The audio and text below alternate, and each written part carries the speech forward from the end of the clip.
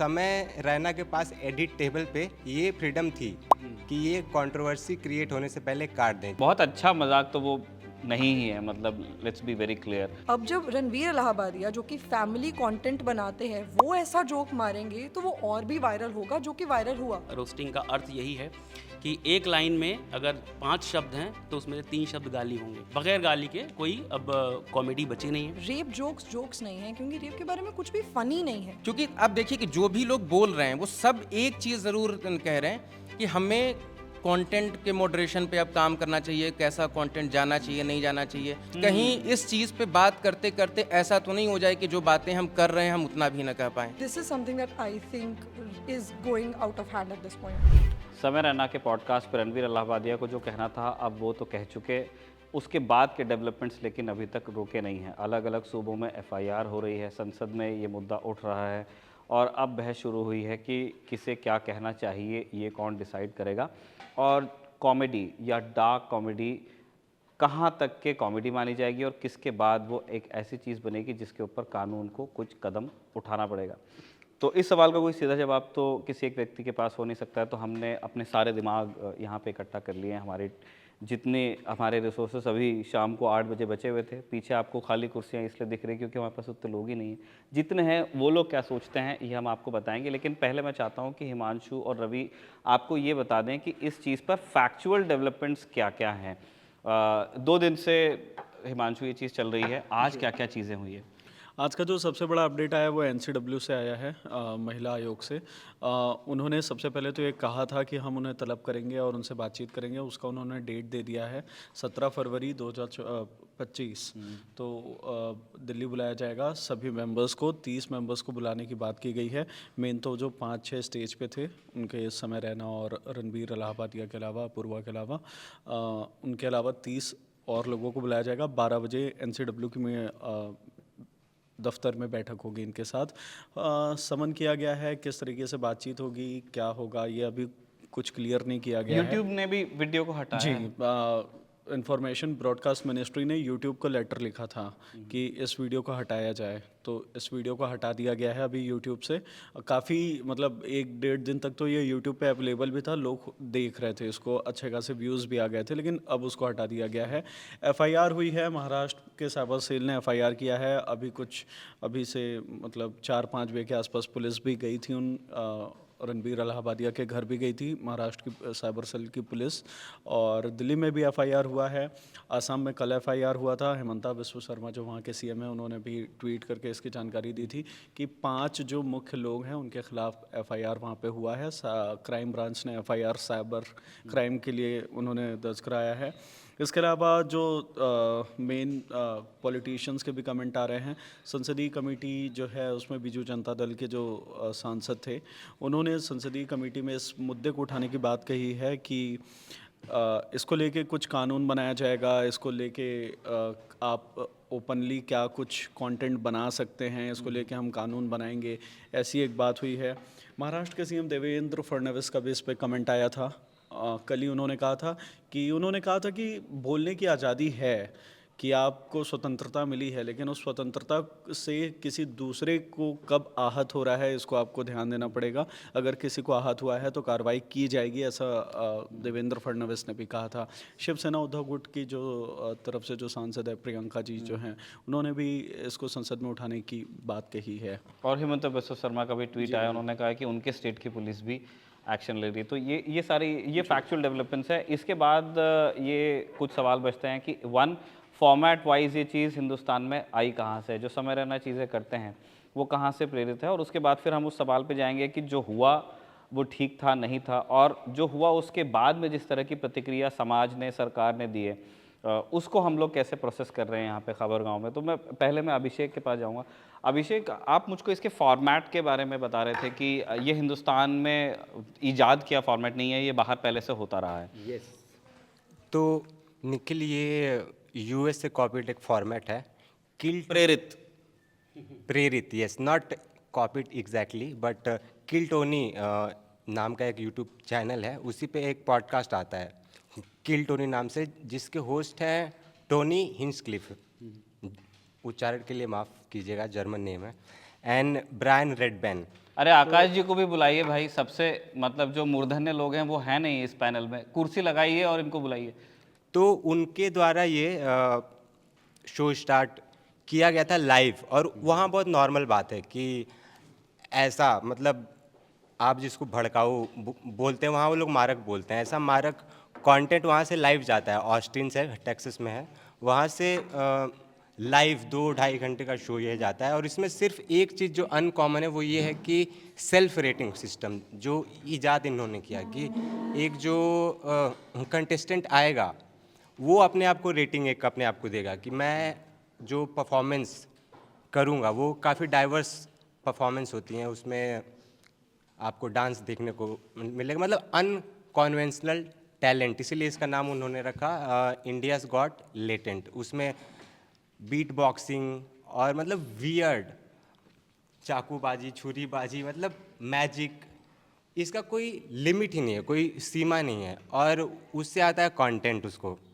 तो ये बेसिकली उसका कॉन्सेप्ट ये है, और उस पर एक रेटिंग आपको देनी होगी खुद को, और वो रेटिंग मैच होनी चाहिए जो पैनल ने दिया है उसके एवरेज स्कोर से। तो show is all about that. And इसमें जूरी जो है काफ़ी डायनेमिक होती है, वो तो आपने देख ही लिया होगा। इसमें हमारे जो रेबल किड है उसकी मैंने काफ़ी बातें सुनी कि ये ऐसा क्यों बोल रही हैं, वो ऐसा क्यों बोल रही हैं। तो आप हर एक एपिसोड अपने आप में अजूबा है, और कुछ एपिसोड्स जो आउट है नहीं वो सिर्फ मेंबर्स ओनली के लिए हैं। तो ये जिस पे कंट्रोवर्सी हुई है अभी, है ना, जिसमें रणवीर का वो कमेंट आया, तो क्या ये मेंबर्स ओनली था या पब्लिक? ये मेंबर्स ओनली था। लोगों ने 60 रुपये पर मंथ, जिनके पास इसका सब्सक्रिप्शन था, सिर्फ वही लोग देख सकते हैं। मतलब यूट्यूब पे पैसा दे के जो लोग देखते हैं उनके हवाले से बाहर आया है ये। यस, तो मान लीजिए मेरे पास इसका मेंबरशिप है, मैंने देखा और मेरे को कुछ चीज़ ऑकवर्ड लगा या वियर्ड लगा, तो मैंने उसको वायरल करा दिया। तो ऐसा ही सीन हुआ है, मतलब अनएक्सपेक्टेड था ये, लेकिन हो गया। अब इस पे राय आ रही है लोगों की तरह तरह की कि ये मिसोजिनी है, ये है, वो है, बट और सही भी बात है कि यहाँ पे खाना जो होता है, जैसे नॉर्थ ईस्ट में उन्होंने खाने पे भी कमेंट किया, तो वो लोग खाते हैं, उनके लिए नॉर्मल है बात।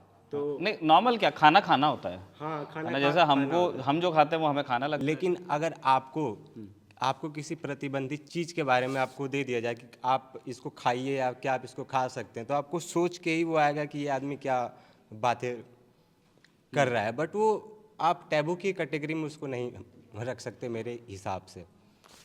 और बहुत सारी बातें उसने की है जो कि इंडियन सोसाइटी के हिसाब से डाइजेस्टेबल नहीं है। जैसे कि आप सुअर नहीं खाते तो आप इस बात को भी डाइजेस्ट नहीं कर पाओगे। तो ऐसे ही इंडियन सोसाइटी के कॉन्टेक्स्ट में उसने कुछ अगेंस्ट ऐसी बातें बोल दी हैं जो हम यहाँ बोल भी नहीं सकते कैमरे पे।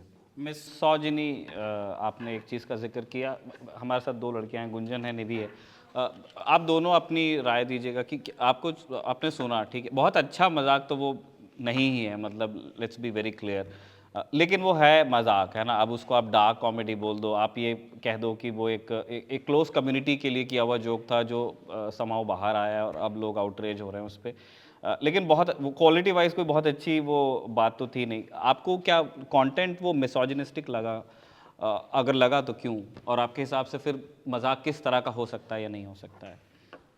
ये वाला कंटेंट जो था, समय रैना के पहले के जोक्स काफ़ी ऐसे रहे हैं जो कि बहुत मिसोजिनिस्टिक रहे हैं। क्लोज कंटेंट के लिए भी एक शो में, ऐसे ही एक शो में मैं थी जहाँ पे समय रैना ने कुछ ऐसे जोक्स मारे थे जो कि some of those jokes were about rape, some of those jokes were about child sex abuse, जो कि जोक्स नहीं है।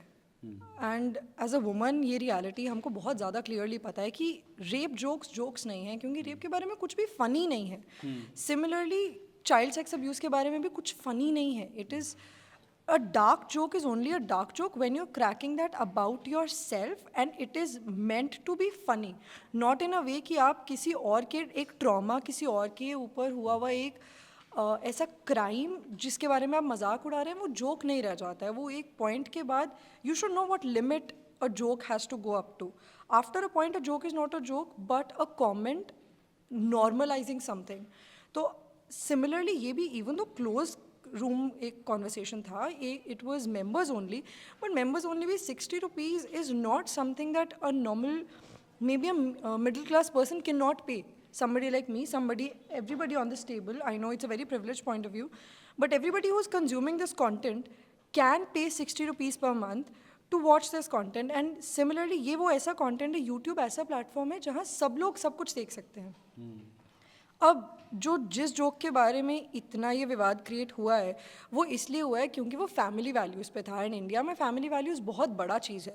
India prides itself in family values. अब आप ऐसा एक जोक क्रैक कर रहे हैं which I am not sure I can say on camera. You are talking about parental sexual life, which is something that kids do not want to talk about, let alone should or should not. It's a very weird subject to even bring up, especially ask somebody a question in the pretext of a joke. And then Ranveer Allahbadia ने वापस आके इसके बारे में apology भी दिया. उनको पता है ये गलत है, लेकिन अब Ranveer Allahbadia, given the amount of political presence, political camera availability that he is been given, उसके बाद वो एक household name, household face हैं. अब जब रणवीर इलाहाबादिया जो कि फैमिली कंटेंट बनाते हैं वो ऐसा जोक मारेंगे तो वो और भी वायरल होगा, जो कि वायरल हुआ. Now coming to how people are perceiving it, obviously लोगों के रिएक्शंस है, but I think the whole political conundrum about it, I think there are a lot more political scenarios that really need our presence, really need our attention than this. This is being blown out of proportion at this point. Like, of course, it's not an okay joke. It deserves an apology. It deserves to be taken out of the internet place. It deserves to not be seen by people. And it deserves to be spoken about. जिस वजह से हम आज ये conversation कर भी रहे हैं कि it's a dark comedy का भी एक limit रहता है. But again, it is not something that should be blown so out of proportion कि the entire media is focused on this, the entire police force is getting complaints left, right and center. ये एक attention diversion की तरह भी use किया जा रहा है, जो कि बहुत commonly हम लोग देख रहे हैं पिछले कुछ टाइम से. And this is something that I think is going out of hand at this point. So I completely agree with Gunjan. Actually, whatever point she said, it's completely true. First of all, जो YouTube पे इनके videos आते हैं, वो एक time तक I think 60 rupee charge करते हैं और उसके बाद शायद वो फ्री हो जाते हैं, बाद में वो फ्री रिलीज़ हो जाते हैं. तो ये कंटेंट बेसिकली फ्री ही होने वाला है और किसी भी उम्र के लोग देख सकते हैं इसको. और इलाहाबादिया जी का जो ऑलरेडी ऑडियंस है वो हर तरह के लोगों के लिए है, जो कि बूढ़े भी हैं, जवान भी हैं, बच्चे भी हैं, हर तरह के लोग उनका कंटेंट देख रहे हैं. तो I don't think so this is a very, जिस तरह की इमेज है आपकी, I don't think so this is a very good platform जहाँ पे आप इस तरह की बातें, इस तरह के जोक्स आप कर सकते हैं. क्योंकि आप समय रैना जी के शो पे इस तरह की बातें बोल रहे हैं तो ये तो वायरल होना ही है. तो आई डू नॉट अग्री. और डार्क ह्यूमर का एक डार्क ह्यूमर होता है डेफिनेटली, पर हमारे देश में जो सेंटिमेंटल वैल्यूज़ हैं अपने पेरेंट्स को लेकर, वो बहुत ही हम रिस्पेक्ट से देखते हैं. ऑल्सो मतलब यही है ना कि ये इस चीज़ को सही या गलत शायद इसकी ना जो रीच ही बनाती है, क्योंकि दो लोग शायद आपस में बात कर सकते हैं, भाई जो कंफर्टेबल है वो कर रहे हैं, किसी को अगर पता नहीं चल रहा है तो. लेकिन जितने लोगों तक ये पहुंचा है तो उसके बाद फिर उसका जो फॉल आउट होगा उस चीज़ से बच नहीं सकते हो आप, है ना. मतलब जैसे मेरे लिए तो ये बताना बड़ा मुश्किल है कि क्या है इस तरह का जोक हो खराब जोक है, लेकिन क्या ये जोक हो ही नहीं सकता है, ये करने वाला और सुनने वाला. अब यहाँ सुनने वाले बहुत सारे हैं. कुछ अभिषेक. यस, मैं बोलना चाहता हूँ. आपने जो स्टार्ट में क्वेश्चन रेज किया था कि लिमिट क्या है, तो ये तो जैसे परिवार पर मामला आ गया. टोटली एग्री विथ निवी कि हमारी जो सेंटिमेंटल वैल्यूज़ हैं वो किसी भी अन्य चीज़ से टॉप पर हैं. तो अब यहाँ पे कॉमेडियन के पीओवी से आप देखोगे तो उनके सामने सिर्फ कुछ ही ऑप्शंस हैं. या तो आप कपिल शर्मा टाइप की कॉमेडी करें तो उसको भी लोग बॉडी शेमिंग का टैग उस पर चिपका देते हैं. आप पॉलिटिकल कॉमेडी कर नहीं सकते. एंड आप अगर आपके पास ऑप्शन बहुत ज़्यादा लिमिटेड बचते हैं और उसमें आपको एक्स्ट्रा केयरफुल होना पड़ता है. बट समय रैना के पास एडिट टेबल पे ये फ्रीडम थी कि ये कंट्रोवर्सी क्रिएट होने से पहले काट दें, क्योंकि he is one of the मतलब lead editor of the show. और उनके साथ एक और जो एक वेरी शार्प पर्सन, मतलब कंटेंट वाइज. यस. तो हालांकि इलाहाबादिया बाद में बोल रहे हैं, उनका एक वीडियो में बोल रहे हैं कि वायरल होने के बाद कि I have requested the managers जो भी शो के हैं कि इस पार्ट को हटा दो, लेकिन अब तो खैर पूरा वीडियो ही आउट है। ऋषिकेश जी, मतलब जिनकी राय का मैं बड़ा वो रहता हूँ मुरीद। देखिए सबसे पहली बात तो कि ऐसा नहीं कि रणवीर इलाहाबादिया और समय रैना से ही मैं ये चीज़ें पहली बार सुना हूँ। मैं ये कंटेंट मतलब जाने अनजाने में किसी न किसी तरीके से हम कंज्यूम करते रहते हैं, तो उस पर्सपेक्टिव पे तो मैं नहीं जाऊँगा। लेकिन मैं एक चीज़ आपको बताऊँगा कि अभी जो भी चीज़ें चल रही है वो बहुत पॉलिटिकली मोटिवेटेड मुझे लगता है। एक ये बार तो है कि रणवीर को जो इंटरव्यूज़ मिले ना, मतलब जैसे वो कुछ कुछ वो उस तरह का वो प्लेटफॉर्म वाली चीज़ है। एक रणवीर इलाहाबादिया हो गए, स्मिता प्रकाश हो गए, ये जो यूट्यूब का सेक्शन है, जो किसी ना किसी तरह से सत्ताधारी दल से करीब नज़र आया कभी ना कभी, है ना। या तो उन्होंने उस तरह के पॉडकास्ट होस्ट किए या तो उस तरह की बातें की, तो उससे कुछ अटेंशन तो वहाँ से भी उनको मिला है। हाँ, जैसे एक चीज़ मैं एक उदाहरण आपको देता हूँ। एक बार क्या हुआ कि हम लोग एक विरोध प्रदर्शन कर रहे थे अपने कॉलेज कैंपसेस में, यूनिवर्सिटीज़ में। हम डिमांड कर रहे थे कि कर्फ्यू टाइमिंग ख़त्म होना चाहिए। उसी वक्त एक चैनल पे एक शो हुआ और उसमें उन मुद्दों को उठाते हुए बोला गया कि मतलब पेरेंट्स को एड्रेस करते हुए एंकर बोल रहे हैं कि आप खुद बताइए कि 10 बजे के बाद एक बच्चे को बाहर क्यों जाना चाहिए। पेरेंट्स कन्विंस हो गए कि भाई बात तो सही कह रहे हैं। तो अब यहाँ से जब ये शुरू हो गया है ना पूरा, अब आप देखिए कि कौन फोर्सेस लगे हुए हैं जो ये कह रहे हैं कि सेंसरशिप आनी चाहिए। आज हमने देखा कि संसद में जो शिवसेना के सांसद हैं नरेश, उन्होंने इस मामले को उठाया, ठीक है। और महाराष्ट्र में शिवसेना के सांसद हों या भाजपा के विधायक सांसद, सब लोग बहुत एक्टिवली उस पर बोल रहे हैं।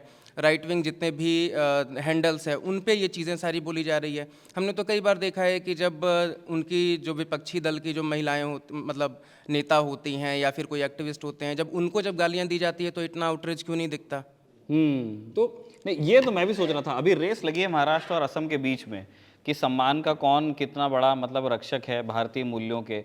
लेकिन आप ठीक कह रहे हैं, इससे पहले आतिशी मार्लेना को लेकर के जो बातें कही गई यहीं दिल्ली में, और वो सर्विंग चीफ मिनिस्टर थी तब, तो उसके बाद लेकिन इस तरह का आउटरीच तो नहीं था। आप ऐसे ही नॉर्मलाइज कर देते हैं कि अरे रमेश बिधूड़ी तो ऐसे ही बोलते हैं, इनकी तो यही भाषा है। तो यहाँ से जब ये बहस शुरू हुई ना, क्योंकि आप देखिए कि जो भी लोग बोल रहे हैं वो सब एक चीज़ ज़रूर कह रहे हैं कि हमें कंटेंट के मॉडरेशन पे अब काम करना चाहिए, कैसा कंटेंट जाना चाहिए नहीं जाना चाहिए। फिर वही रेगुलेशन बिल की याद आती है कि शायद कहीं ना कहीं इसकी आड़ में उसको तो पुश नहीं किया जाएगा, कहीं इस चीज़ पे बात करते करते ऐसा तो नहीं हो जाए कि जो बातें हम कर रहे हैं हम उतना भी ना कह पाएँ।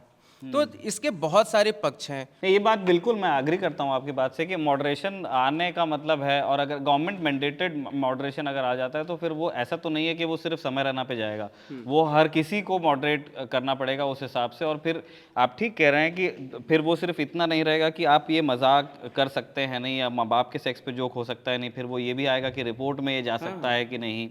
तो इसलिए तो मैं कह रहा हूँ कि आउटरीच, जिनका आउटरीच बहुत ज़्यादा दिख रहा है, और फिर इसमें एक पॉलिटिक्स ये इन्वॉल्व है कि अब अगर विपक्ष के नेता अगर कोई उठा रहे हैं तो वो इसलिए उठा रहे हैं क्योंकि प्रधानमंत्री मोदी ने अवार्ड दिया था, तो कि प्रधानमंत्री ऐसे ऐसे लोगों को अवार्ड देते हैं, उनको इसलिए उठाना है। दूसरे वाले को इसलिए उठाना है कि इसके बाद सेंसरशिप पे बात हो और उसके बाद उस बिल को पास किया जाए, उसको टेबल पे लाया जाए। तो इस तरीके से ये सारी चीज़ें हो रही है।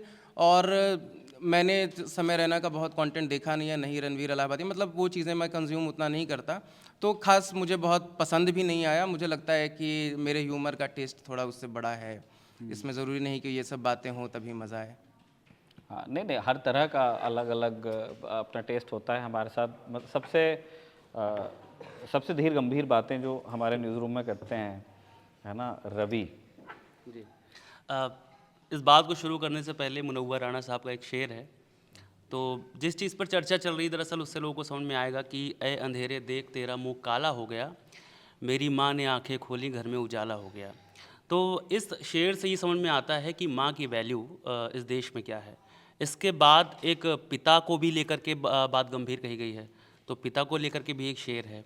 उन शायर का हमें नाम नहीं याद है। एक पिता कहते हैं कि थक हार कर खाली हाथ जब मैं रात को घर जाता हूँ, बच्चे हंस देते हैं और मैं मर जाता हूँ।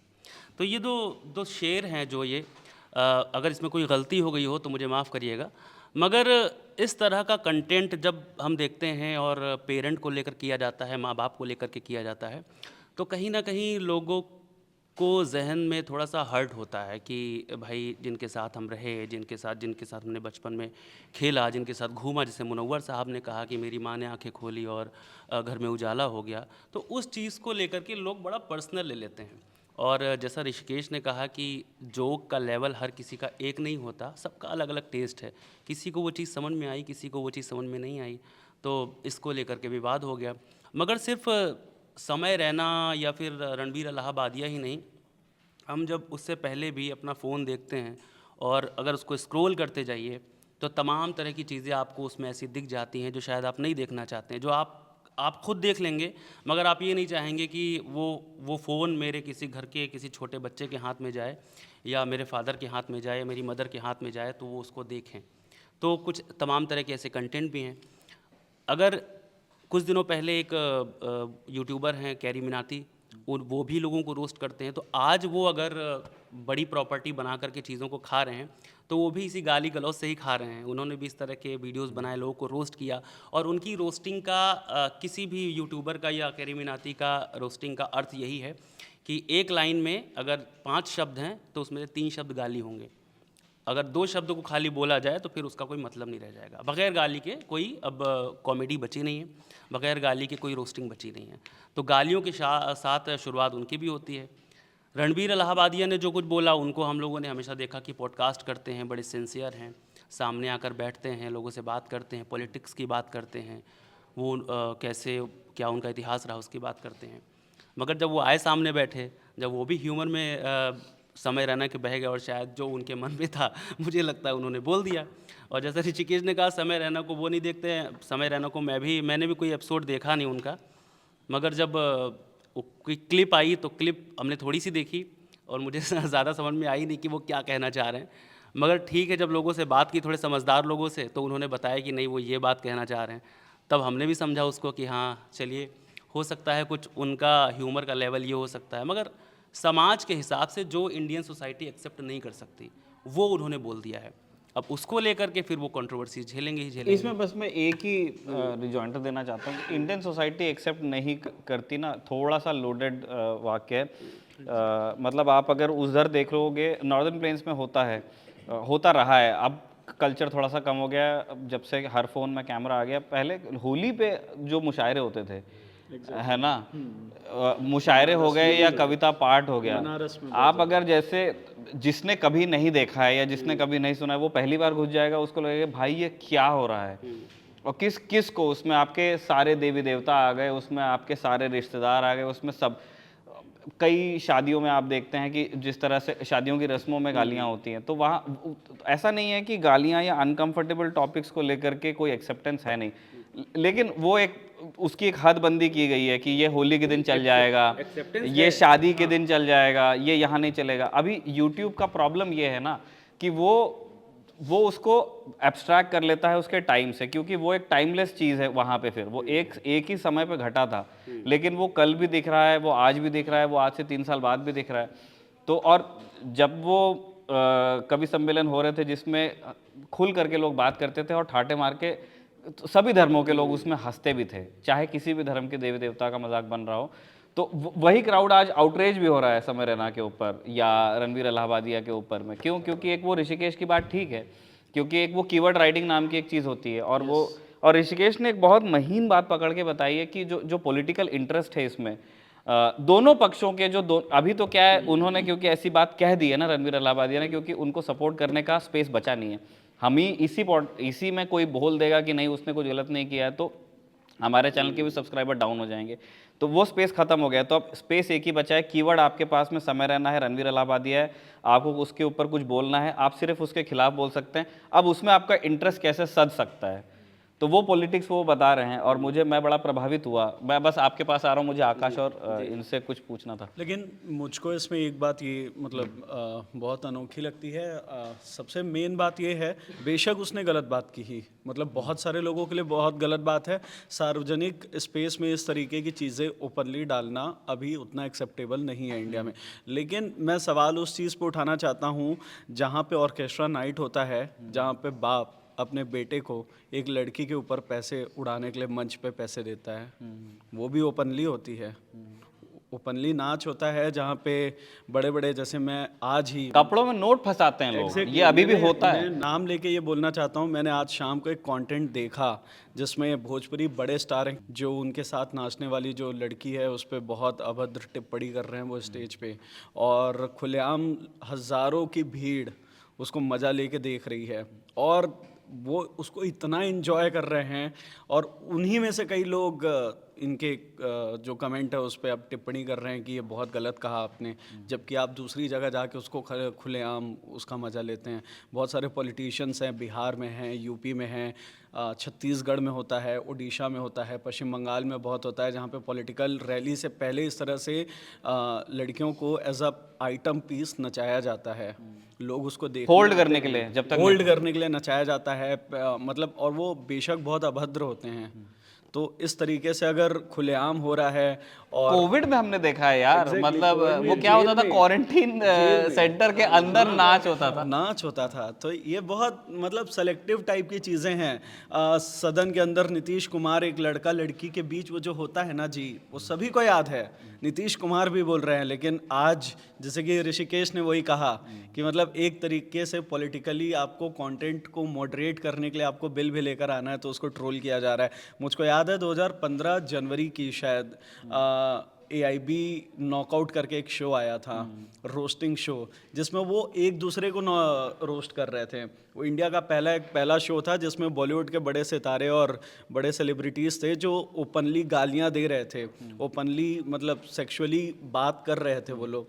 उसको लेके इतना नाटक हुआ, केस हुआ, AIB उसके बाद ऑलमोस्ट डाउनफॉल पे चला गया, डाउनफॉल पे चला गया। लेकिन समय रहना, आज भी वो कंटेंट धीरे धीरे हम मॉडरेट होते जा रहे हैं, लेकिन आज भी मुझे ऐसा लगता है कि आप बात करना है तो करो, खुद से बात करो, एक दूसरे के साथियों से आप कंफर्टेबल है तो, लेकिन ऐसे ओपनली मत डालो।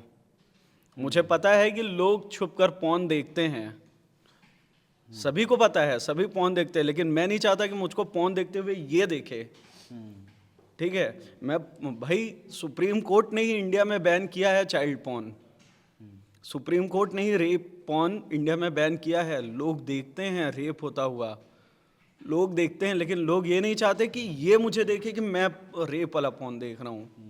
तो इस तरीके का मतलब जो लोगों के अंदर जो ये जो दोहरी मानसिकता है, इसको भी बदलनी चाहिए।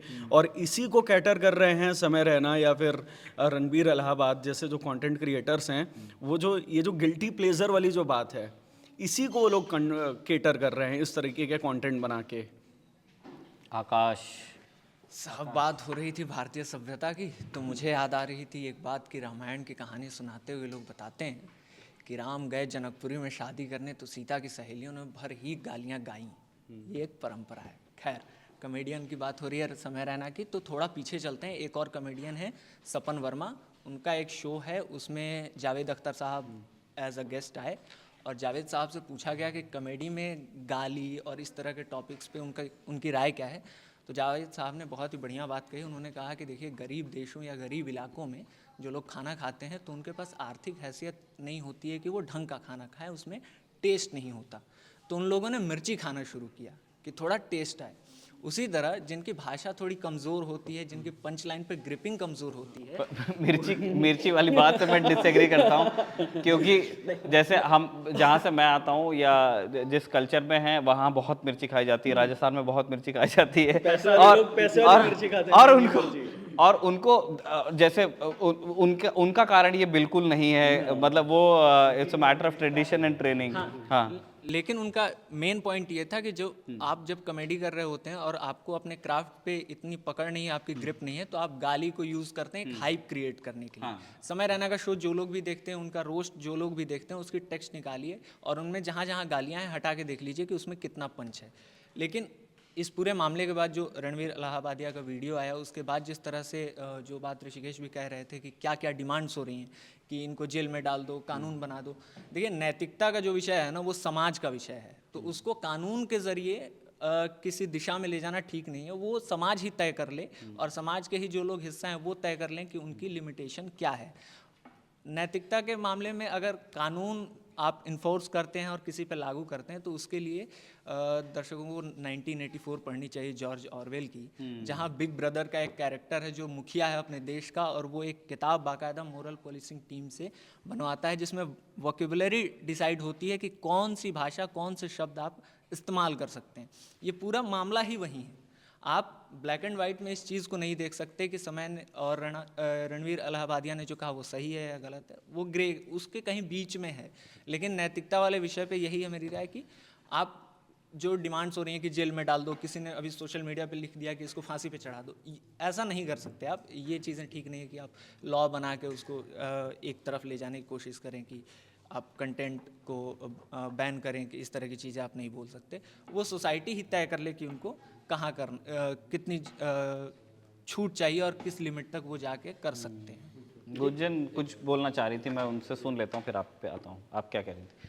मुद्दा घूम फिर के सिर्फ सेंसिटिविटी पे आता है। सिर्फ इतना फ़र्क पड़ता है कि आप एक कंटेंट जब क्रिएट कर रहे हो, when you have such a big audience, तब आप कितना सेंसिटिव है अपने कंटेंट को लेके। जोक, हर जोक ऑडियंस पे बेस्ड है। अब आप और हमारे बीच में कोई जोक होगा जो शायद मेरे और अभिषेक के बीच में जोक नहीं होगा, तो it depends on who you are joking with, first of all. Second of all, hypocrisy of tolerance. जो चीज़ें इंडिया की पब्लिक, इंडिया का ऑडियंस और हम जस्ट एज सोसाइटी टॉलरेट कर जाते हैं, जो हमें नहीं करनी चाहिए, including all kinds of crimes against women, including all kinds of crimes against elderly. अगर हम इतने ही अपने पेरेंट्स को लेके सेंसिटिव है, why are we not questioning all of that? सिर्फ हिपोक्रेसी ऑफ टॉलरेंस है क्योंकि हमें ये दिख रहा है कि ये कंटेंट है, हम इस बारे में बात करेंगे, हमें भी रीच मिलेगा, we are becoming a part of the social trend. It is just that we want to be a part of the social trend so much that it does not matter what we are talking about. So simply censoring this does not make any sense. Censorship is a very broad thing that takes everything under it into account, which includes news that you and I produce, which includes the content people like Samir Raina produces, which includes songs, movies, everything. हमने movies की censorship को लेके इतना chaos creative होते हुए देखा है, तो ये सारी चीज़ें बहुत politically motivated है, as a lot of us pointed out here today. And sex is a part of society that Indian society is very comfortable with. वो हमको western culture ने सिखाया कि sex is not good and sex is something that we should not talk about or not look at. Of course, talking about parental sex is a little weird for everybody to talk about, but it's not something as a part of a taboo. Sex has been a part of Indian culture for longer than it has been a part of the Western culture. So I don't think it's a insensitivity or it's the intolerant behavior of Indian audience. It's simply a trend thing and just a way of trying to control what content comes out. And Ranveer Allahbadia जैसे लोग आज इसलिए news में हैं क्योंकि they were given the interviews that journalists like you and I were dying to get from politicians and did not get. उनको वो platform, वो रीच, वो सारा रिसोर्सेज दिया गया जो शायद किसी एक एक्चुअल जर्नलिस्ट को विद गुड नॉलेज बेस दिया जाता तो we would have gotten good interviews. अगर आप एक ऐसे इंसान को जिसका नॉलेज बेस बहुत लिमिटेड है, जो सिर्फ एक कंटेंट क्रिएटर है, ना जर्नलिस्ट है, ना ऑथर है, ना कोई रिसर्चर है, जिसके पास नॉलेज बेस बहुत लिमिटेड है, आप उनको ऐसे इंटरव्यूज़ देंगे जो सिर्फ आप इस नाम से पास ऑन कर सकते हैं कि हाँ we sat in front of the press. It's not press. So उनके against now that it's become a politically motivated issue, it's one of the biggest reasons is this, that he was given that political platform.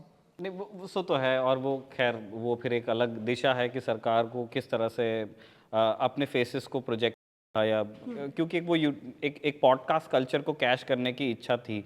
और फिर ऋषिकेश, अगर मैं गलत नहीं हूँ तो फिर वो बजट से उनको पैसा दिया भी गया था।